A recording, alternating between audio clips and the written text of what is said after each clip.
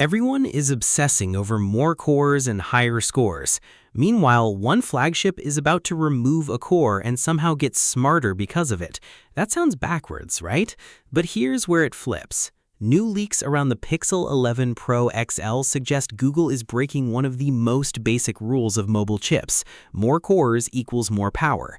Instead, they're going with a 7-core CPU design inside the Tensor G6. Yeah, not 8, not 10, 7. And that's not a downgrade, it's a strategy. Now, bridge this for a second, because the layout is what really matters. We're hearing one ultra-powerful core handling heavy bursts, paired with 6 efficiency-focused cores designed for sustained workloads. That means instead of those flashy benchmark spikes that drop after 2 minutes, this thing could stay fast for 20, 30, even 40 minutes straight. Think gaming, video editing, multitasking, the stuff people actually do. And this is where it gets dangerous for competitors, because if a phone feels faster over time, benchmarks suddenly don't matter as much, and Google knows that. But wait, it goes deeper. Reports are pointing to a 2-nanometer process from TSMC. That's bleeding edge. Smaller transistors, less heat, better efficiency. So even with fewer cores, the chip could run higher sustained clocks without throttling. Translation, less overheating, better battery life, and performance that doesn't collapse when you actually push it. Now, connect that with another leak that almost nobody is talking about, the GPU. Google might switch to a PowerVR C-series GPU this time, and if that optimization lands right, you're looking at smoother gaming, faster rendering, and stronger AR without the usual battery drain. It's not about chasing peak FPS for 10 seconds, it's about holding stable performance the entire session. But here's the real identity of this phone, and this is where Pixel always hits different. AI.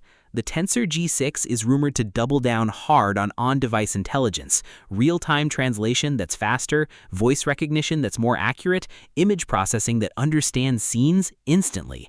This isn't just better camera processing, it's the phone thinking ahead of you. Now add the camera hardware into that mix. Leaks suggest a triple 50-megapixel setup, main, ultra-wide, and telephoto, all backed by improved computational photography. And here's the kicker. Up to 100x digital zoom combined with smarter AI stabilization. That means cleaner long-range shots that don't fall apart like before. But hold on, the front camera might steal the spotlight.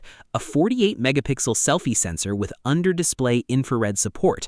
That could mean secure face unlock without any visible cutouts. No notch, no punch hole, just a clean, uninterrupted display.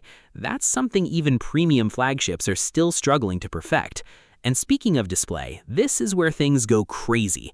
A 6.82-inch LTPO OLED panel, adaptive from 1 Hz to 144 Hz, with peak brightness pushing 4,000 nits. That's not just bright, that's outdoor proof in direct sunlight. Combine that with rumored next-G panel tech, and you're looking at one of the most advanced displays ever put in a phone.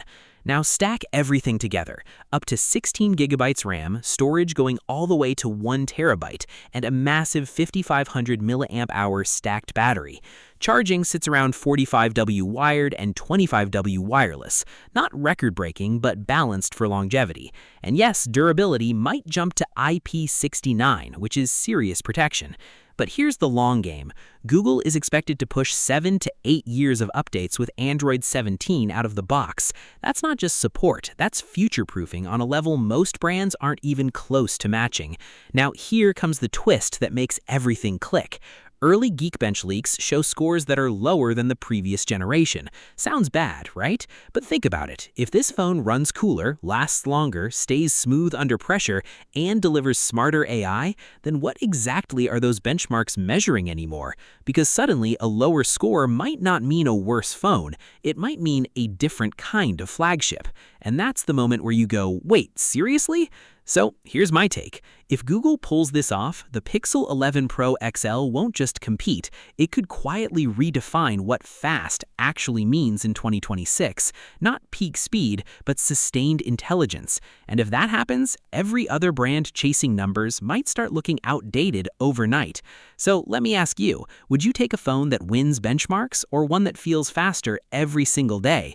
Drop your answer in the comments. I want to see where you stand. And if you want early insights before these leaks go mainstream, hit subscribe because the next few updates on this device could change everything.